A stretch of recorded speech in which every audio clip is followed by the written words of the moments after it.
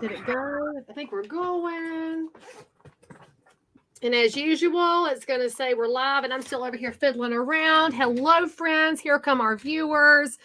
We are going to feed y'all so much today because as we look at 2023, if you're thinking about buying a house, one of your top questions is probably, what are the first-time homebuyer programs in Concord, which would also be the first-time homebuyer programs in Kannapolis, Harrisburg, Matthews, Midland, Charlotte. I mean, we're talking the whole area, but because I'm sitting in Concord, I get to say Concord. Hey, Bonnie, what's up?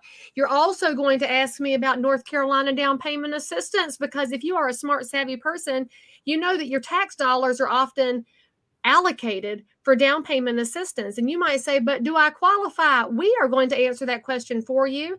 And then you might be saying, but Leigh Brown, I heard about this program called House Concord or House Charlotte. Should I do it? And so we're going to answer lots of questions for you today. So my invitation to you is to drop any questions you have about buying a house, first timers, down payment assistance, what's available in Concord and beyond. Drop it into the chat. Today, I have with me experts, so I'm just not going to make stuff up for y'all, although I know enough to be dangerous. Thank you very much. I have Jordan and Terrence here from Atlantic Bay Mortgage, which we love Atlantic Bay Mortgage for their focus on customer experience and their willingness to, frankly, show up on video. Not every lender is willing to get on a video with Leigh Brown, so thank y'all for doing it.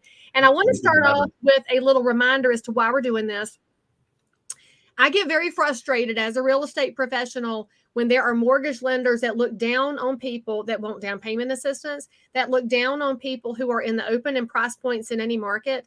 You have to know that in our world, we believe everybody deserves honor and dignity when they are thinking about buying a house, whether it is today or a year from now after you fix up your credit. And there was a lender who shall remain nameless who in our office on Wednesday of this week made a snide comment about houses on wheels. That lender will no longer be welcome in my office because modular homes, manufactured homes, mobile homes, trailer houses, that is the original affordable housing. And we don't look down on anybody's American dream. And so that's what we're here for today, is to provide information so that if you have the dream of home ownership and you just got some questions to ask, that's what we're here for. So anyway, fellas, if y'all want to start off, let's start off with something easy. What is the credit score somebody should have if they want to buy a house right now? Ish. What's the ish number? Well, ish, if you want to do, so if you just want to buy a house, so you're just going house only, depending on your compensating factors, 580 credit score. So ish, 580 or better. Yes, ma'am. Now tell them why they want or better, because what does it do for them when they have a little better credit score? Well, when you have a little better credit score, and it definitely depends on what program you go through, you're going to get better interest rates. You're going to get better mortgage insurance. And the better credit score you have, guess what? We're going to ask less questions. We're going to need less documents. Things get a lot cheaper and a lot easier. And you know what? If you have that 580, 600 credit score, that's okay. Everybody's been there before. Everybody started out with no credit. That's what we're here for. We just want to help out.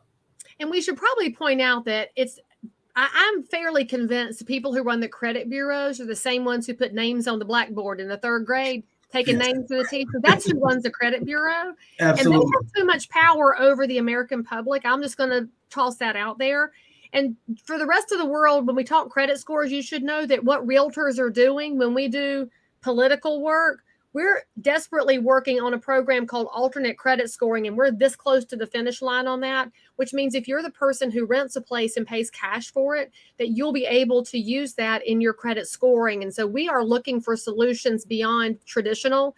And for right now, when we know the game we're playing, we want to make sure we're giving you the tools to be successful. So the long story short is, the better your credit score, the less the mortgage people are going to be busybodies poking into your personal affairs.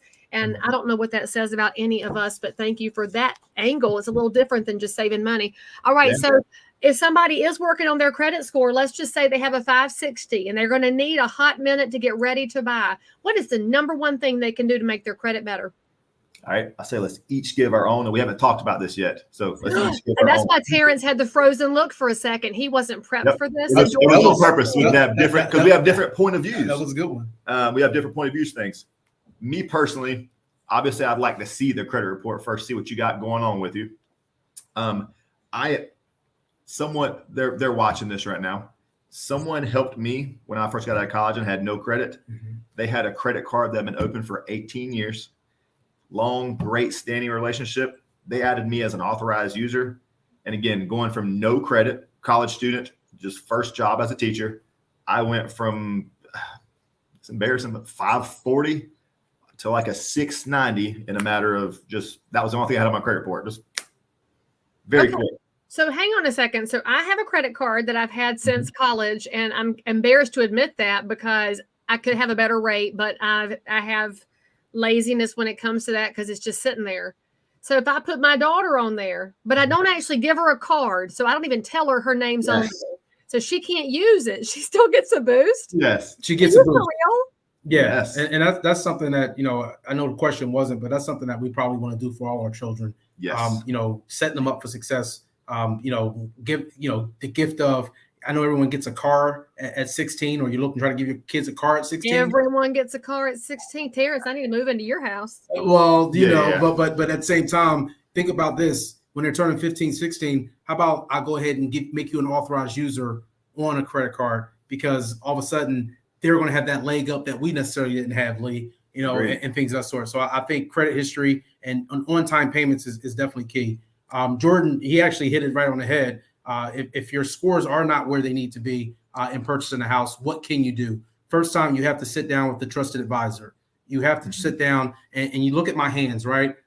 They're all open. So you want to give them with open hands to sit down and talk about, this is what I'm struggling with. Yes, we're going to see that based off the credit report, but we can build an action plan that's going to be purposeful and intentional to getting you over the hump and getting you to where you're trying to get to with regards to credit. So that's how it goes.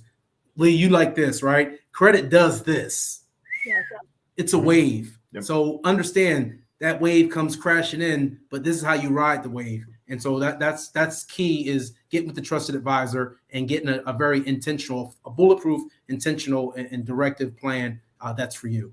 And Terrence, you bring up an important point there with a trusted advisor. We see so many credit repair companies out there. Can you please tell our viewers, if there are reputable ones, how do you figure them out from the smoke show of the other ones? Absolutely. And I think that starts with sitting down with your trusted advisors, right? You're building your team. So you're sitting with your lender, you're sitting with your realtor, and you're saying, hey, guys, I trust you, right? And Leigh, as you know, Jordan knows, I only work with other trusted folks I trust. So I'm not going to get my I'm not just going I love you, but I just can't refer the first person on Facebook that sends me a message and all the good stuff. I have to see your track record. I have to see what you've done, the proof in the pudding, and just being kind of matter of fact. When we look at your credit, if you're not paying bills on time, ladies and gentlemen, well, that's the first step. Let's pay our bills on time, right? Before I have you go out and spend money and spend thousands of dollars, with someone with credit repair, well, it could be some things that you could do on your own that you didn't know what you could do. So again, I'm not knocking credit repair because I think it's a time and a place for it. But as Jordan said in the beginning, once we review your credit report and see where you're at, then we can go to the next step. It could be something as small as, hey, mom, add me as an authorized user. Hey, you know what? I didn't know that I needed to make sure that my credit card is due on the first of the month. I pay it on the first of the month, but they report to the bureaus on the third. So I didn't know that when they see my card is maxed out, that's giving me a bad rating. So some of the things that happens, we just don't know. And when you tell them that, hey, yes, Credit Karma, I love it. It's great to look at it, but let's not look at the credit score, right? Let's look at the credit score that your trusted advisor is giving you. Oh yes, I love Capital One. I love Credit One. I love all those other. She's thinking about something. I love all those other banks, but guess what, Leigh? There's types of credit you have, right? So did you know that with a certain credit card, your scores are only going to be but so high, right? So what do I need to do to get to an American Express? What do I need to do to have a certain department scorecard or what have you? Because all credit is not made equal, just like every lender, except we are. Oh, so y'all are like the little pair over there, but you gave me the perfect parallel. That's why I got all excited. I never thought about it before. There's a difference between getting the value of your real estate house from some websites that like to generate numbers out of thin air and getting a number from your trusted realtor professional who's a specialist in the local market. So thank you for that perfect parallel. It's so amazing. You could totally go to that website and have cocktail party information, and you can brag to your friends, but it's not the same thing as when you're ready to stick a sign in the yard. Just like if you want to buy a house, that's why you call us. We can hook you up with these guys because it matters. And by the way, they're local. They're on the internet right now for your life to be easier. But we use local lenders because if something's going sideways, I can take my bony elbow and shove it into somebody's side so that I can get an answer. If you are doing your internet loan with some unknown, unseen company out in the middle of Bismarck, North Dakota, they have no reason to return our phone calls or emails, and they're not a neighbor you're going to see at the grocery store. And that is where you talk about the proof hitting the pudding. That's at the grocery store. Okay, so let's change gears here. And we hope y'all enjoyed your little sidetrack there on credit scores. We could talk about that for days. Yep. But let's flip over to down payment assistance because there's a lot of misconceptions on down payment assistance. Another lender who shall remain nameless made a sly comment to my team members that it's not worth all the work. And my challenge to that is that some of the work associated with down payment assistance is beneficial to the end user because if it involves education, what we're talking about right here, there's a lack of credit score education to the public. Our young people are coming out of school with very little actionable information that can help them move further along the financial chain. Same thing is happening in down payment assistance. And so if somebody gets into a house, I would like them to stay there, and that education can be critical. So give us some of the things that we should know about down payment assistance. Who's qualified in the first place? I want to say this real quick before Terrence starts. Biggest reason for bringing Terrence on, there's not a person in North Carolina that has closed more down payment assistance loans than this man right here. So I was coming to give you all the insight, but why not bring the guy on? So if there is someone that knows it, Terrence knows every in and out of every program around. And the North Carolina Housing Finance Agency appreciates Terrence as an advocate for the programs that are there by that self-supporting government agency. Absolutely. And thank you, Jordan. I appreciate that. I didn't know that wasn't rehearsed. The part about down payment assistance, Leigh, the first I would say who can get approved is allowing borrowers to know that down payment assistance is just that. It is assistance in your home buying experience. So it is to assist you, right? I want every homeowner to understand, home buyer, because you're going to get there, is that there are loan programs that you must qualify for in order to add down payment assistance to this whole mix of it, right? So Leigh, little bird told me that you make great cakes, and I can't wait to be added to your list, right? But well, by showing up on this video, Terrence, you just got a leg up. It's like applying for that loan program. Now you're qualified. Awesome. There you go. There you go. So, ladies and gentlemen, when we're talking about down payment assistance, we're first talking about what do we qualify for from a loan program standpoint with completing a loan application, correct? So think about it when we talk about that cake just now. Just imagine you guys got all the great ingredients, the vanilla extract, the sugar, the butter, all that good stuff, right? That's our loan application. And we got this beautiful cake. With down payment assistance is going to be the frosting. You pick the frosting. You want vanilla? You want that? What's that one that everyone loves? Funfetti. Funfetti. I mean, you think about that frosting chocolate or strawberry, whatever you like. But that's what down homemade with no preservatives, because this is wholesome stuff. This is non-GMO right here. There's no GMO in your down payment assistance. Absolutely. So when we're thinking about the down payment assistance, everyone can qualify, right? You don't have to necessarily just be a first-time home buyer. Mm-hmm. You can be a move-up buyer. This can be your second home, and you're looking at, hey, it may make sense for down payment assistance. You know what? I have some cash here, but I need to do some other things with my cash. And if I apply or I can qualify for the assistance, then why not? North Carolina housing, South Carolina housing, but we're in Concord. You're sitting in Concord, I'm sitting in Ballantyne. So I had to mention South Carolina. But at the end of the day, those housing programs do work. And that is on the state level, top of the mountain, Leigh. At the same time, you also have your local city ones, like the city of Concord, Kannapolis, right there. I know the folks over there. You have the city of Charlotte, which is Dream Key Partners / South Charlotte. You got the city of Rock Hill. You got the city of Gastonia. So, ladies and gentlemen, I just need you to tell Leigh where you want to live. We can figure out what assistance programs that may be official to you or propelled to you based off of your qualifications and things of that sort. So who is eligible? Obviously, it doesn't affect your place in the home buyer universe, first time repeat buyer.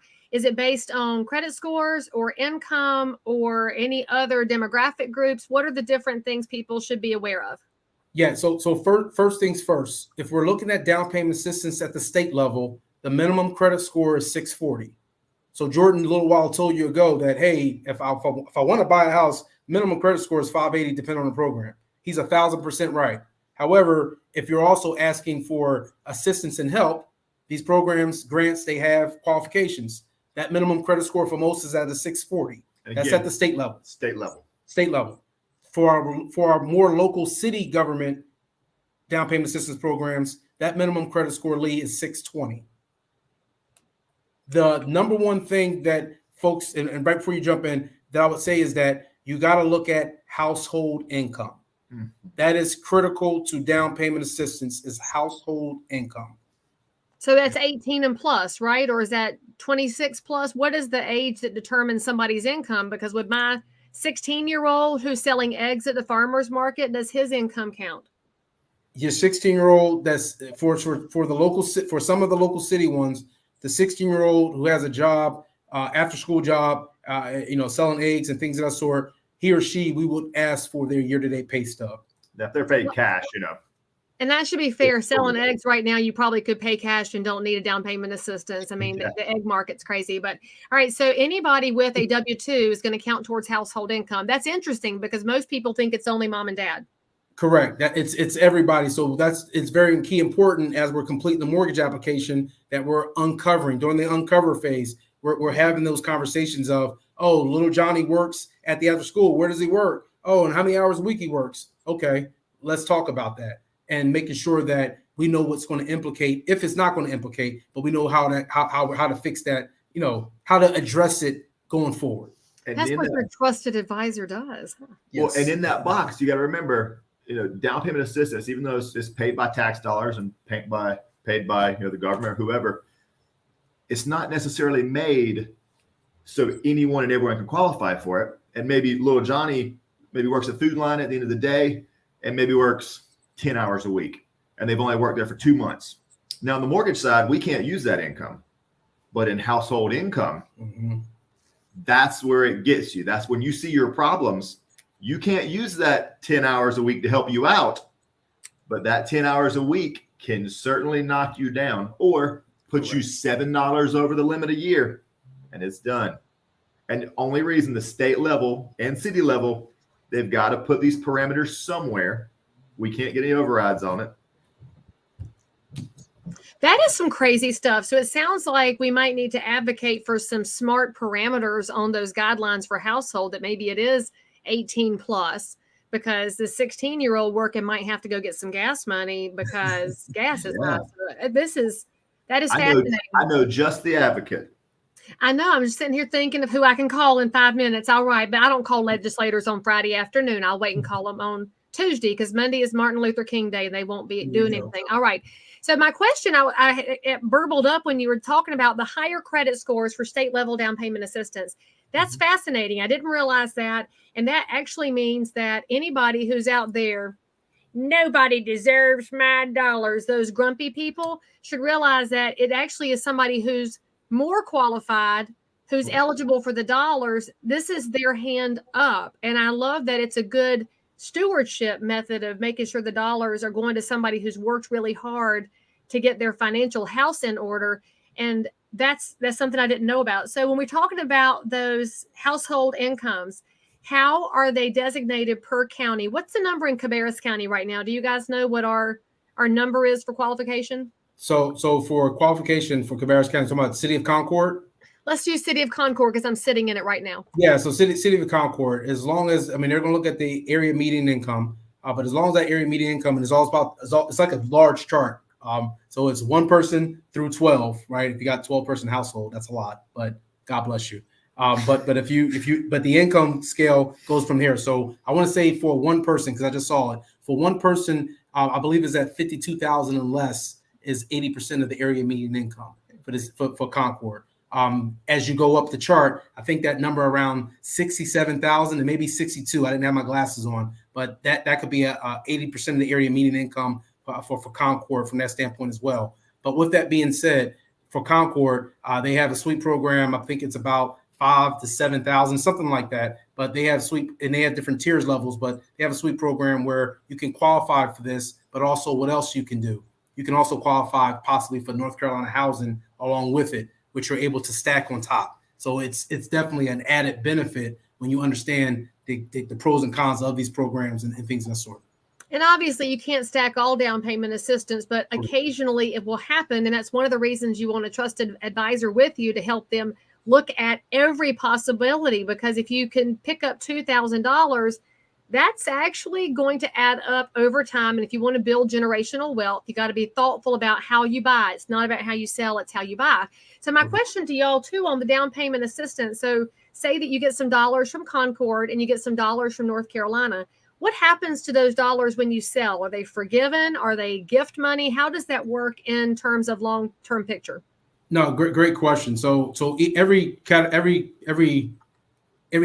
or HUD counselor behind the scenes, they have their own rules, right? So thinking about it from the city of Concord, I believe it was a 10-year forgivable loan. And ladies and gentlemen, I'm gonna adjust something in a second. North Carolina housing, it's a 15-year forgivable, right? And again, different programs within under these umbrellas, it's not a one size fits all. So we need to sit down and see exactly what you may qualify for. Maybe you'll qualify for more. Maybe you'll qualify for something that'll help you with your budget to increase it. Because Leigh will tell you, right? Certain price points, it's hard to get there. Sure. But if we can get a little bit more by sitting down and having the conversation, that'll be key. But to your point, Leigh, the local city ones are typically 10-year forgivable, and at the state level, it's 15-year forgivable. And as far as when you go to sell, if you were to sell within the time period, then Lee's just going to ensure that we sell the house for enough to take care of paying off the down payment assistance that you had incurred. If it's been forgiven, then there's nothing to worry about from that standpoint. But think about it from this standpoint. There are recaptures on every down payment assistance. So technically, I like to take the word out. These are not grants. Anytime that someone is adding themselves to your deed of trust, ladies and gentlemen, that's called a loan. Yes, it may be a zero payment loan. That's great, unless you move and do different things. But at the end of the day, down payment assistance is gotten kind of away from being grants, but it's more loan structured, especially when they are taking second or third lien position against your home mortgage. And what that means, friends, is that if the market were to go down, which is not our forecast right now, but we never know because real estate markets are fluid and cyclical. But if the market were to go down and your house were worth less than you paid for it, you could be responsible for paying it back. And so you got to remember, that's also one of the reasons for the long time frame on forgiveness. We as intelligent financial people want to get you to stay put in that primary residence if you can, because the way that you build real estate wealth over the long haul is not to move every year and a half. Now, you don't have to stay for 50 years like your mom and daddy did, but staying put is the way that you outlast a real estate cycle. Now, we've been in a weird cycle for 3 years. And then prior to that, we were coming up out of the Great Recession, which was a great down. So we're probably going to settle out. But then because the population's growing, and Charlotte was just designated yesterday the #1 market for 2023, although that's people that write papers that say things. And we know, Ballantyne, you think you're fancy over in 28277, and Morrisville, New Jersey loves you. We get it. But Concord's got Eli Lilly. Hello. They're building pharmaceutical manufacturing right over there. And so jobs actually are one of those things that protect the cycle, but you have to protect your cycle too. And this goes back to your credit score. The length of time on an account increases your credit score. The length of time in a house increases your chances of not having to come off the hip for any money. So there's also programs available through Freddie Mac, Fannie Mae, correct? Yeah, you have the Home Possible and Home Ready programs. And these programs are for first-time home buyers. Again, when you're making, depending on the area median income of where you're deciding to live, right? And guess what this happens, Leigh? It helps with better pricing when it comes to interest rates. So rates become a little bit better, pricing becomes better. And again, what Jordan said from the very beginning, we're looking at the time value. How do we get you in the best loan program, the best interest rate based on what? The conversation we just had. We plan to be in this house 5 years? Great. After 5 years, the home's going to be an investment property? Great. Well, guess what? Maybe that 6% interest rate makes sense, because if it's going to be an investment property, you tell me what investment rates are today, Leigh. Not 6%. So again, we're thinking about this as long term, right? We're in this for the long game. And you're getting in that house with no money. Right. That's the biggest thing to think about with down payment assistance. Less money. I mean, less money. That's true. There's some stuff. You're getting into these homes. I hear a lot of people say, well, I got to pay that loan back after 15 years. And it's like, well, it's either rent or go this route. And that's okay. Everybody's been there before. Not many people start out with a ton of money. I hope we all end up there one day, but we ain't there yet. No, we don't, because they've proven that the people who inherit great amounts of money don't tend to roll up their sleeves and do dirty work and create something new, like those of us that had to re-water down your Kool-Aid because you had to keep it going. I mean, that just sets in you a mindset. So I want to ask y'all a question too about these ideas that your real estate could turn into investments. Are there down payment assistance programs that apply to a first-time buyer buying a duplex, for example? Does the 1-to-4 rule apply on down payment assistance just like it does on a single family? Yes, it does. So depending on that, so like we're talking about a duplex, and the duplex that you're buying, typically North Carolina housing, they'll allow for down payment assistance on a duplex, showing that that's going to be your primary residence and things of that sort. Absolutely. That's awesome. Okay, so for those of y'all that realize I just talked in acronyms because I got all excited, let me tell you. So let's pretend that Terrence and Jordan buy a duplex. They have a firewall between. They each have 2-bedroom, 2-bath. When you're an owner occupant and you live in one side, that's still your primary residence, but you rent the other side to Jordan. So now that offsets a lot of your mortgage payment. To me, that is where first-time buyers should have their laser beam focus, because it will reduce your risk of job change or something changing in life where the affordability factor gets sideways. And then in the future, as Terrence has already mentioned, having an investment strategy, you've already gotten started in that investment space. And so when I say 1-to-4, when you go to apply for your mortgage, you'll see on that form, it is a 1-to-4 application. Well, many real estate agents just talk to buyers about buying a house. Well, a house is that picture in your book of the little white frame house, 1.5 story, picket fence, 2.5 kids and a dog. But your 1-to-4 means it could be that single house structure on a lot by itself, or a duplex, or a triplex, which we don't have many in North Carolina. There's the occasional one, which is usually a chopped up, formerly one house turned into a 3-family house, or a quadruplex, which to me, if we had more of those, we could sell them like hotcakes. We just don't have many. So always ask about the buffet that you could be choosing from. And then, golly gee willikers, if I could go back and buy my first house, it would be a duplex. I would have gone after down payment assistance because I would have qualified as a young single female, but it never occurred to me to check because my bills were paid. And I guess in my head, I thought down payment assistance was only for people who were really struggling. So address that for us real quick. Do you have to be a struggling, hot financial mess to qualify for down payment assistance? Absolutely not. And that is one of the myths that's out there. Again, under these umbrellas of down payment assistance, you have, yes, a huge quest around affordable housing. And that's where probably more of our local city down payment assistance agencies really, propel, and that's where their mission is. But when you think about the North Carolina housings, the South Carolina housings, they're looking at another tier up, but that's at the government state level, right? But they're looking at how they can help the masses over several counties. How many counties are in North Carolina? It's 100. More than one. There you go. I know it's more than one, right? So North Carolina housing covers every county, whatever county you pick the county, you name it, from A to Z or A to Y, whatever it is, if there's no Z's in far as counties. There's a town of Zebulon, but I don't think that's the name of the county. So we can say Wake County. That's Wake. It's right beside Lizard Lick.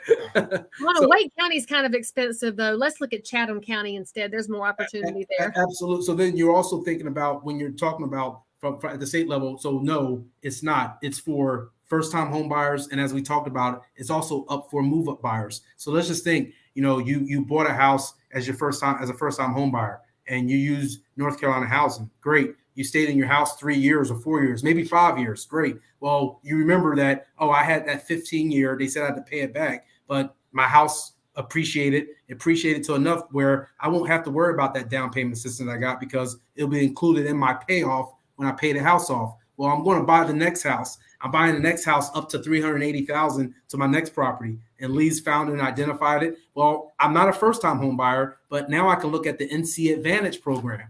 Oh, NC Advantage. My loan amount is $300,000 or $380,000. Well, what can I qualify? Well, you can qualify up to 3% of the loan amount to get that. So if I do the quick math, that's like $11,000 in assistance, right? And yes, it comes with a different interest rate. We can get into all those type of things, right? Yes, it comes with various different purchase prices, but that's where I say you got to sit down and you got to talk to the trusted advisor. You got to make sure that it makes sense so that when we're all getting together, like you see 3 of us on the call right now, just imagine the lender, the buyer, and Leigh. So you have everyone here that's making it all make sense and making it go up from there. So it's exciting. I'm excited about this year, Leigh. I'm excited for our buyers. I'm excited for just us because we get back to, I think, shoulder to shoulder. We get to get back to belly responses, and we get to truly see who wants to be a home buyer. I mean, it's true. We should have been having these consultations all along, but we all know that transitional markets give us a chance to be a next level professional. Correct. So let me ask you one more question before we wrap up our feed here. It's one of the biggest myths in home buying.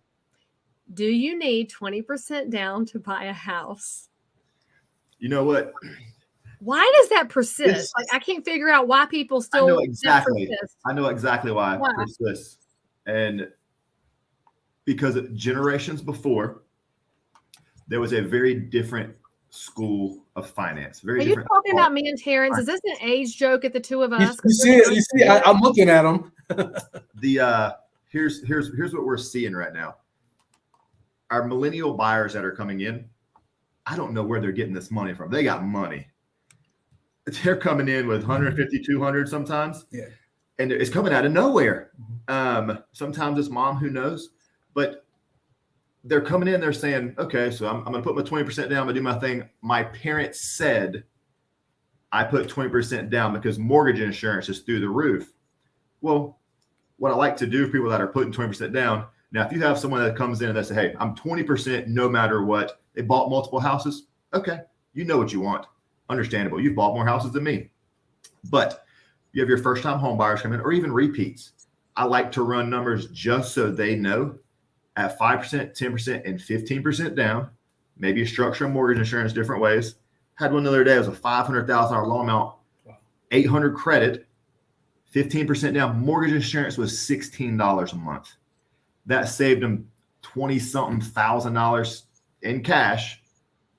You could put that in the worst producing market as long as it's positive market and make more than that a month with that extra 25 grand, or add renovations to your house, do whatever you'd like to. Or leave it liquid and buy some investment real estate. I'm just going to point out that's a great option for the money you're not putting down and lever up with an advisor to walk you through so you're not stupid about it, but you could leave 100% it. agree. Hey, Jordan, answer a question that just came in for us. Can put my readers on so I can see it.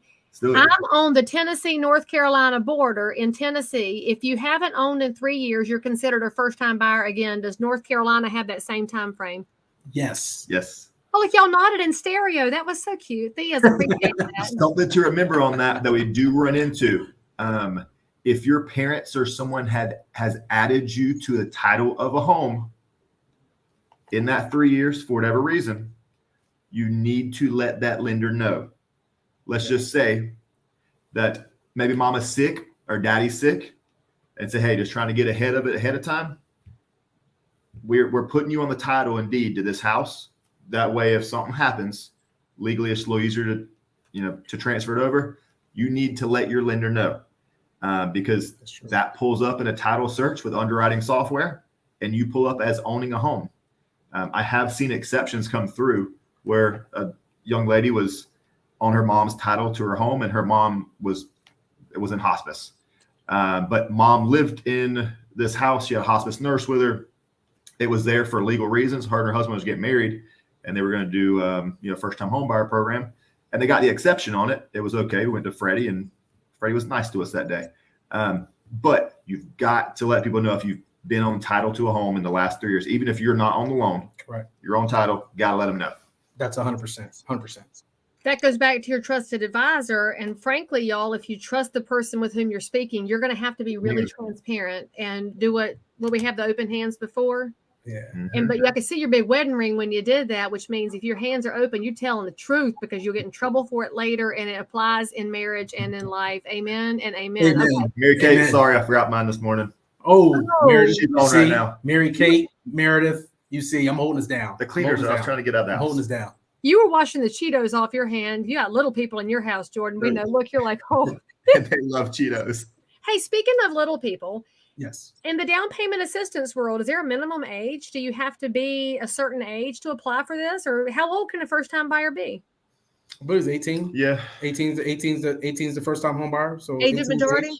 Yep, 18 is Youngest majority. ever had is 18. Yeah, so I've never 18 asked that before. Just age. thinking about it. Since we're making fun of you for being young, Jordan. Yeah. And I see that I've got an amazing retired veteran right here in the comments who is a realtor in Fayetteville, North Carolina. LaDerek Green is with us. Tell us how the veterans world works in down payment assistance. Is there anything special going on in VA world? It's super special. I mean, I love how the at the state level and even some of the local city ones and hey, LaDerek, but a couple of things that come to mind is, well, if you're a veteran and you were honorably discharged, you already receive your veteran benefits. So in purchasing a house, you get 100% financing, right? So it's down payment. It's been financed. It's taken care of. It's zero. So just imagine. Thank you. That's us saying thank you to you. Thank you. Yep. And thank And you no for your funding service. fee. And no funding fee as long as you've been exempt. Exactly. Right? So your exemption I status. mean, as long as you're what? As long as you're exempt. So based off of your discharge, and if you're receiving a financial benefit from as a veteran, and you're 100% disabled, what have you, your funding fee from the VA could be zero as well. But the bigger thing that I like to see is when you have our vets and they can layer on down payment assistance. So wait, what? So a VA loan, 100% financed already, right? And then you're on top, you're going to throw on down payment assistance that's going to do what? It's going to take care of closing costs. So it would truly be a no cash out of pocket if you talk to your trusted advisor and structured it correctly. 1,000%. Yes. I didn't know that. And here I've been doing real estate for all these years. Didn't know that piece. Yeah. So definitely, I know a lot of times to our buyers, it gets lumped up when you say closing costs, or it gets lumped up when you say down payment. Understand, ladies and gentlemen, those words are not interchangeable. Yes, you are responsible for your down payment. Yes, you are responsible for your closing costs. Yes, we're moving into a different market, right? I would say the market is probably transient to both right now. Yes, Leigh, you're starting to see more sellers be apt to possibly paying closing costs. So, but ladies and gentlemen, always remember, me, I'm the buyer. I'm responsible for my down payment and my closing costs. But we talk about all this when we talk to our trusted advisor. And the only last comment that I want to make, Leigh, and I think this is going to set everybody off. What is the number one thing that keeps our buyers from becoming homeowners? And that's whether you're getting down payment assistance or if you're funding the transaction yourself. What do you think the number one thing is that keeps them from closing? Oh, keeps them from closing? Mm-hmm. Oh, gosh. So now my head fills up with all the times people went out and bought a car or furniture, but you're probably not talking about those bad habits. Are you talking about bad communication where they stop sending paperwork to the lender? Or you can stop right there. Yes. All the way.